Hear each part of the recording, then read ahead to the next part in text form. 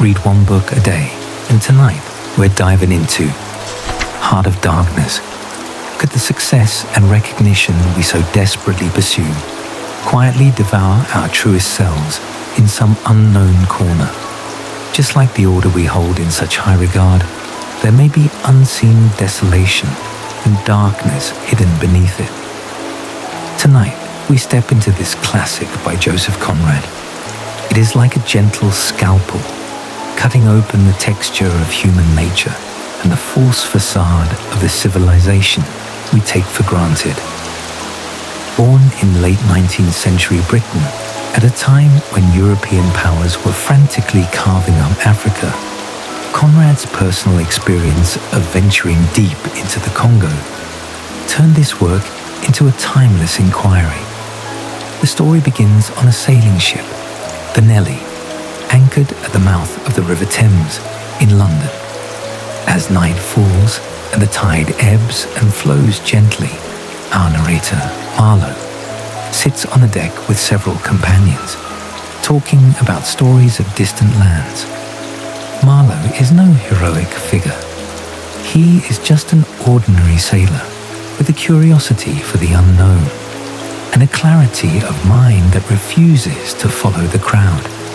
He often says that since childhood, he has been drawn to the blank spaces on maps, those unmarked, untrodden lands that call to him like a silent summons. This time, his destination is Africa, known as the Dark Continent, and the winding Congo River that seems to lead straight to the depths of the human heart. Marlow secures the position of steamboat captain on the Congo thanks to the help of a distant relative. As he travels to Brussels, the headquarters of the Belgian trading company, his heart is filled with anticipation, even a naive longing, thinking he is about to embark on a journey to spread civilization and save the savages. But the moment he steps into the company's office, that anticipation is replaced by an eerie sense of oppression. The office is quiet, with white walls, yet the air is thick with an indescribable coldness and hypocrisy. The staff handle various documents with expressionless faces, as if the papers represent not countless human fates, but just cold numbers and profits. What strikes him even more is a doctor at the company who, while giving him a physical, suddenly asked, "Have you ever had any mental troubles?" Before Marlow can answer, the doctor adds, "In Africa, many people change. The air there, the environment, will tear off the masks people wear and reveal their truest selves, for better or worse." At the time, Marlow dismisses this as a joke. He thinks he is firm enough, civilized enough, to never be influenced by so-called barbarism. Little does he know, these words are the most accurate prophecy for his upcoming journey. Upon arriving on the African coast, Marlow finally understands that the doctor's words were not an exaggeration. There is no civilizing mission as he imagined, only naked plunder and cruelty. Near the port, dilapidated tents stretch as far as the eye can see. Exhausted indigenous people are chained together, driven like cattle. Their faces are void of any expression, only numbness and despair. Their eyes as empty as a dry well. The colonizers, dressed in fine clothes and holding weapons, shout slogans of spreading civilization, yet their actions are more despicable than the most primitive barbarism. They plunder ivory and rubber frantically, using torture, burning villages, and even murdering innocent people to force the indigenous to obey.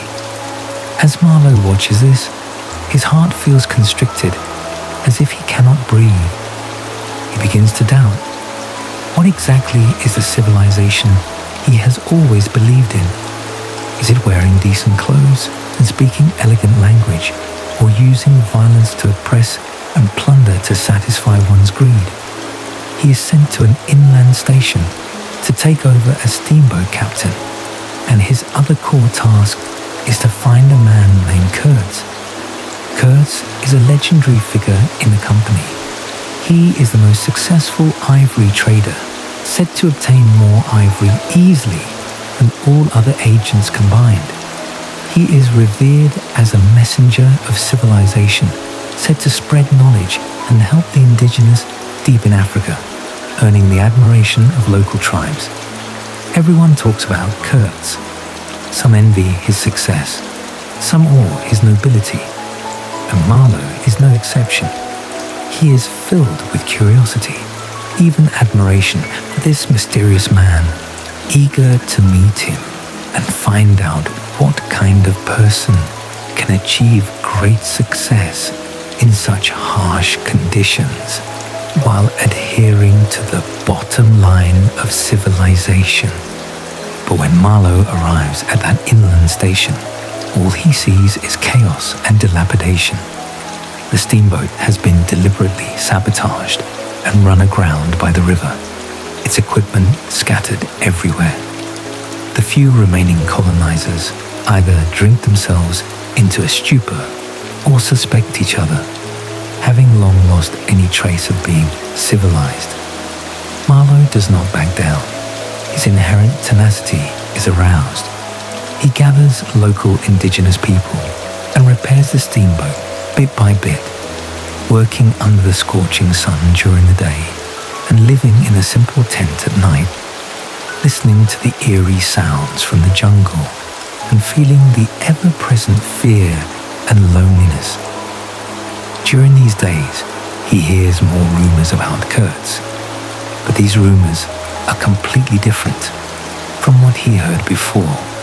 Some say Kurtz has become increasingly crazy, building his own kingdom deep in the jungle and being worshipped as a god by the indigenous. Some say he slaughters resisting indigenous people without mercy to obtain ivory, using extremely cruel methods. Others say he has not contacted the company for a long time, and no one knows what he looks like now, or even if he is still alive. These rumors are like thorns piercing Marlow's heart, and his curiosity is gradually mixed with unease. He begins to wonder, has the legendary Kurtz become someone he cannot understand? Can this dark continent really completely change a once noble man? Yet he still does not give up looking for Kurtz. He feels that no matter what Kurtz has become, he must see him with his own eyes and find out the truth. Not only is this his task, but it is also an account to himself. He wants to know how distorted human nature can become in the face of absolute power and unrestrained freedom, and whether he can hold on to the bottom line in his heart. The steamboat is finally repaired. Marlow leads several crew members and some indigenous guides upstream along the Congo River. The Congo River is like a giant python winding through the dense jungle. The water is turbid and tall trees line both banks, making it difficult for sunlight to penetrate the canopy and fall on the river, shrouding the entire world in dimness. During the voyage, peace is always short-lived, and there is more unknown danger and fear. They encounter shoals that must be navigated carefully. They face rainstorms where violent winds and huge waves almost capsize the boat. What terrifies them most is the mysterious gaze from the jungle and the figures of indigenous tribes. They never know if they will be attacked in the next second. Marlow's heart is filled with contradictions. He sympathizes with the enslaved and oppressed indigenous people, and he abhors the cruelty and greed of the colonizers, yet he himself is part of this colonial plunder. He sails on a trading company's ship and carries out its tasks, unable to truly escape his identity, even though he resists it in his heart.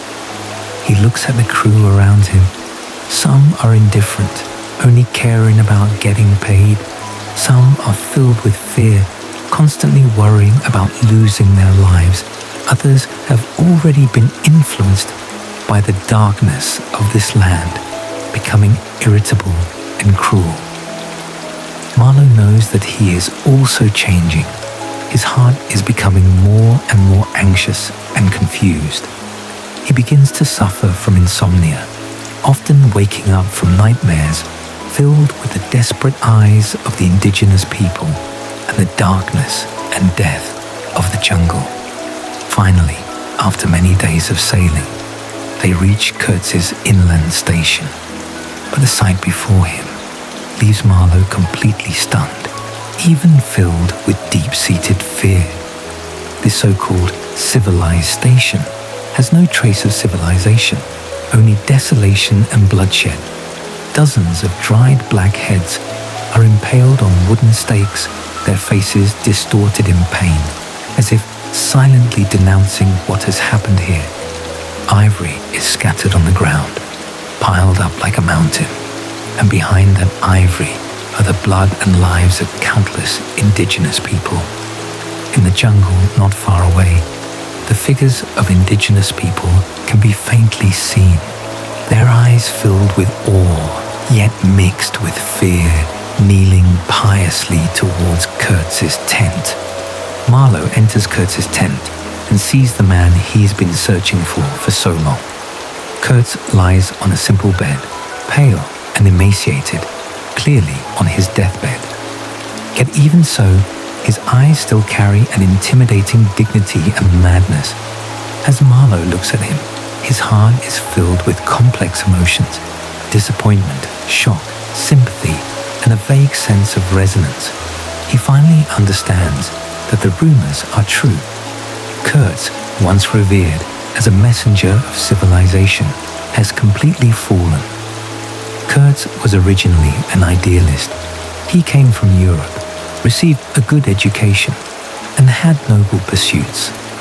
When he first came to Africa, he truly wanted to spread civilization and help the indigenous people trapped in barbarism. When he arrived in this land, when he gained absolute power, no one to supervise him, no one to restrain him, he could do whatever he wanted, easily obtain ivory, wealth, and the awe of the indigenous. The greed and desire in his heart were completely aroused. He began to enjoy the pleasure brought by power, indulging in the accumulation of wealth. To achieve his goals, he did not hesitate to use the cruelest methods, slaughtering resisting indigenous people and enslaving them to work for him. He forgot his original ideals, forgot his identity as a messenger of civilization, and completely became a slave to power and desire, an embodiment of the darkness of human nature. Marlow talks to Kurtz at length, and Kurtz's words are filled with madness and despair. He sometimes boasts about his achievements, saying he owns the entire jungle and countless ivory. Sometimes he falls into deep remorse, muttering about the people he has hurt and saying, "I was wrong." He tells Marlow that this jungle, this dark continent, did not make him barbaric, but made him see his own heart clearly. Deep down, everyone harbors darkness, greed, and violence. But under the constraints of civilization, this darkness is suppressed and disguised. In this land, without rules or constraints, this darkness breaks free and completely devours a person. He says he once thought he was a messenger of civilization, but in the end, he realized he was nothing but a plunderer, an executioner. Everything he did was just to satisfy his own desires, and the so-called civilizing mission was just an excuse to cover up his greed. As Marlow looks at Kurtz, he sees a reflection of himself. If he had absolute power like Kurtz, with no constraints, would he also become a slave to the darkness of human nature? would he also forget his original intention and become greedy and cruel? He dares not think about it because he knows that human nature is far more fragile than he imagined. We always think we are firm enough, noble enough, but in the face of absolute temptation and power, those so-called convictions, that so-called civilization, may be fragile and easily broken. During his time with Kurtz, Marlow's heart is deeply impacted. He sees Kurtz's fall and the decay and cruelty of the colonial system. He sees the darkness of human nature and the hypocrisy of civilization. He begins to understand that the civilization advocated by Europeans is nothing but a gorgeous mask, and behind this mask is naked plunder and oppression, the suffering and death of countless people. Those colonizers, dressed in fine clothes and speaking elegant language, act in a way more despicable than the most primitive barbarism. They shout slogans of saving the savages while using the cruelest methods to destroy African land and enslave African people. Their so-called civilization is nothing but a more advanced form of barbarism. Kurtz's condition grows worse, and he knows he does not have long to live. Marlow decides to take Kurtz back to Europe, back to the civilized world he once fled. On the return voyage, Kurtz becomes increasingly silent. He often stares out at the jungle, his eyes empty, as if thinking about something or repenting for something. He occasionally says fragmented words to Marlow, filled with despair and unwillingness. He says he regrets it, regrets his greed, regrets hurting so many people, regrets becoming a slave to the darkness of human nature. He says he finally sees the truth of the world, sees the essence of civilization and barbarism, but it is already too late. One night during the return voyage, Kurtz lies in Marlow's arms, barely breathing. He looks at Marlow, his eyes filled with complex emotions, remorse, unwillingness, fear, and a hint of relief. He opens his mouth and, with his last strength, lets out a desperate cry. The horror, the horror. This cry cuts through the silence of the night and pierces Marlow's heart, becoming the most shocking line in the entire novel. This cry is Kurtz's summary of his life, an accusation of colonial atrocities, a lament for the darkness of human nature, and a questioning of the entire civilized world.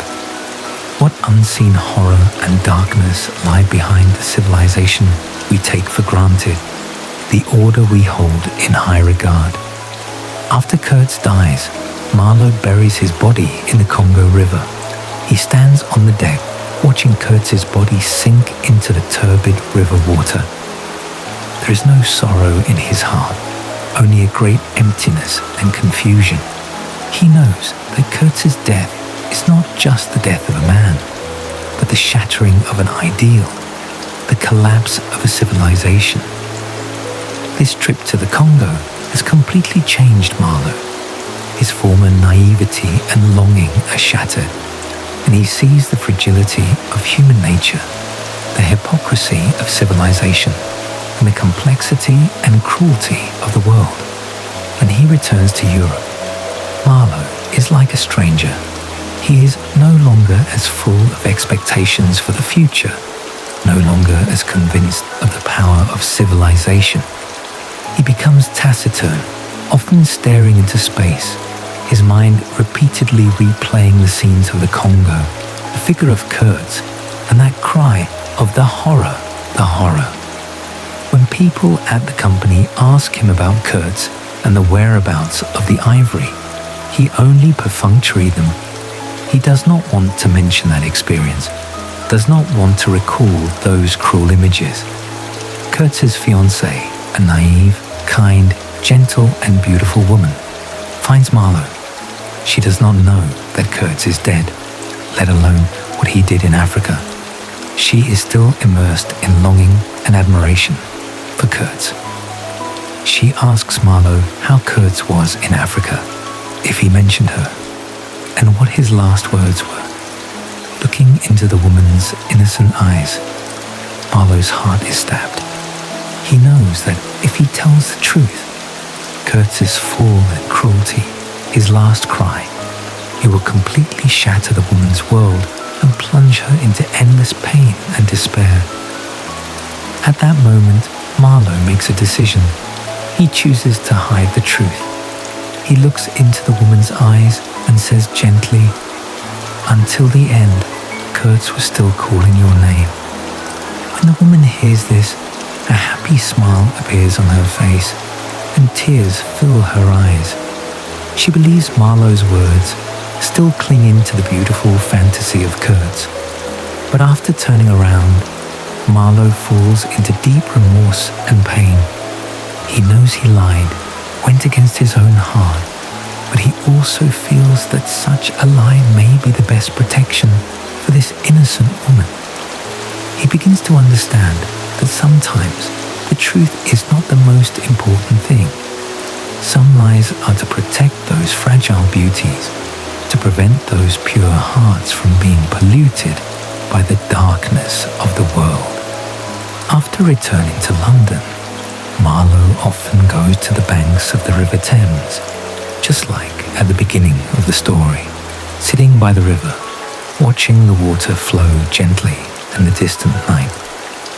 He knows that the River Thames was once as wild and uncivilized as the Congo River, and it was human greed and desire that made it civilized. But what price was paid for this civilization?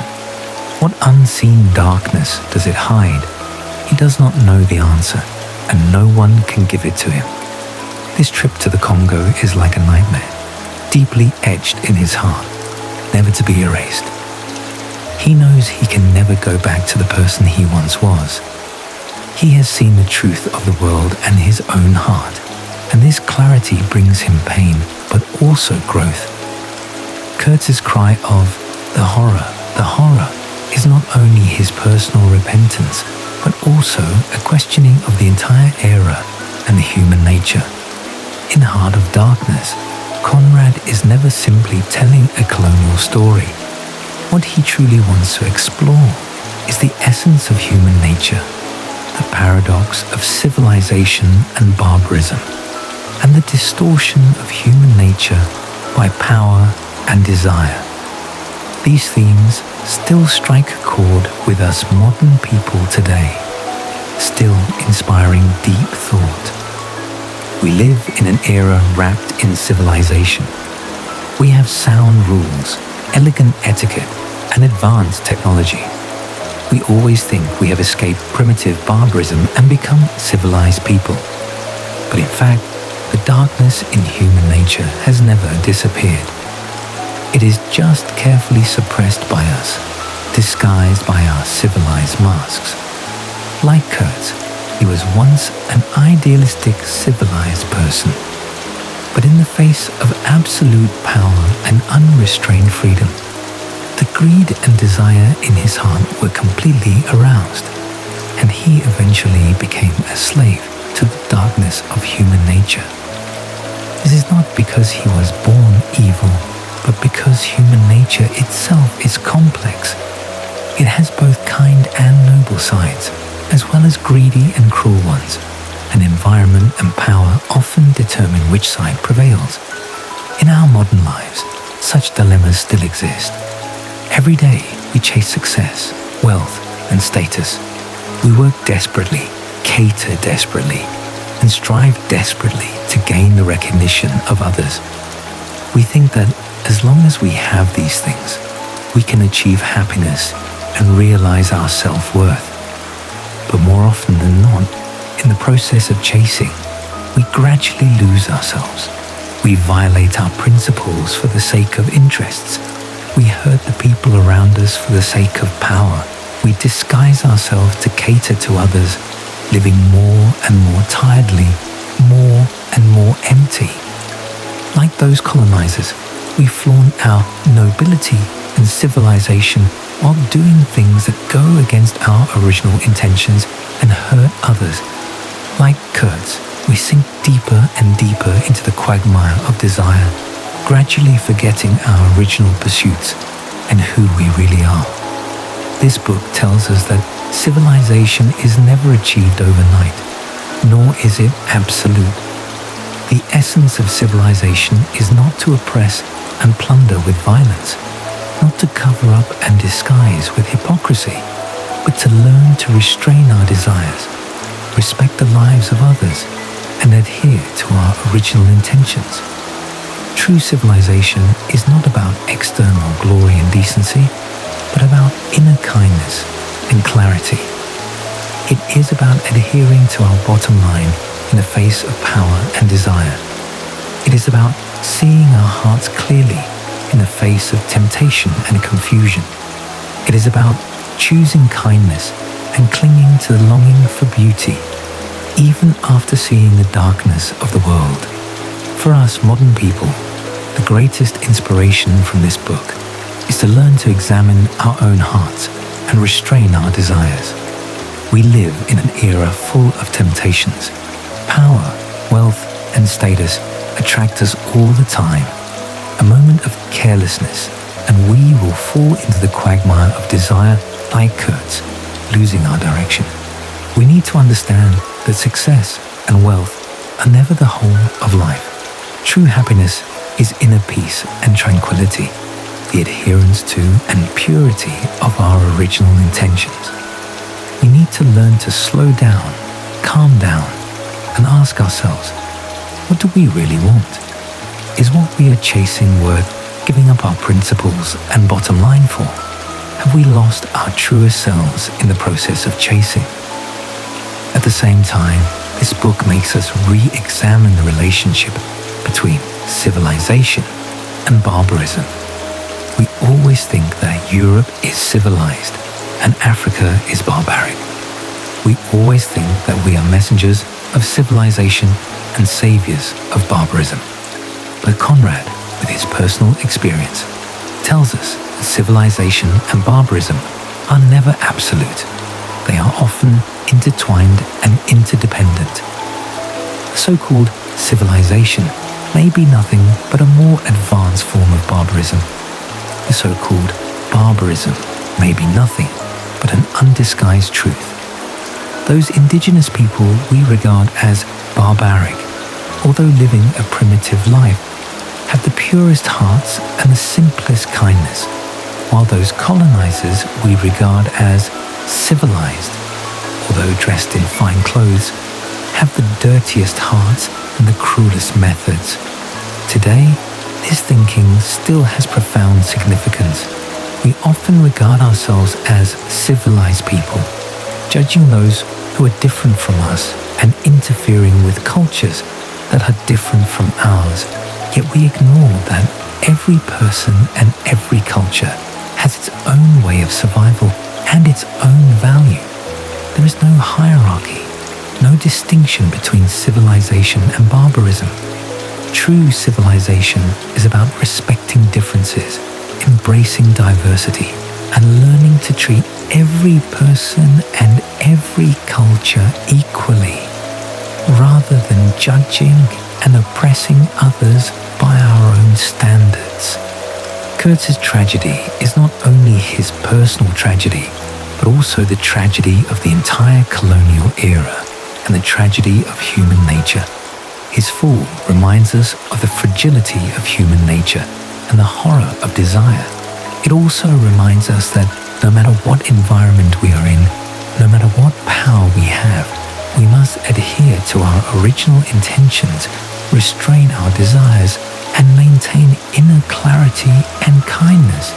Because once we give up our bottom line, once we are devoured by desire, we will become slaves to the darkness of human nature. Repeat Kurtz's tragedy and let out the same desperate cry as him. Tonight, we followed Marlow's footsteps into the Congo jungle, into Kurtz's heart, and into the depths of human nature. Heart of Darkness is never an easy book to read. It has no warm ending, no beautiful fantasies. It only presents us with the truest, cruelest aspects of human nature and the world. But it is precisely this truth and cruelty that make us learn to examine ourselves, learn to think, and learn to adhere to our original intentions in the face of confusion and temptation. It tells us that the world may not be perfect and human nature may not be noble, but as long as we can maintain inner clarity and kindness and adhere to our bottom line and original intentions, we can find light in darkness and direction in confusion. No summary can replace the original work. A good book is worth reading page by page. Good night, and wish you a sound sleep tonight. I'm Time for Bed. If you like it, don't forget to subscribe to the channel, and I look forward to our next encounter.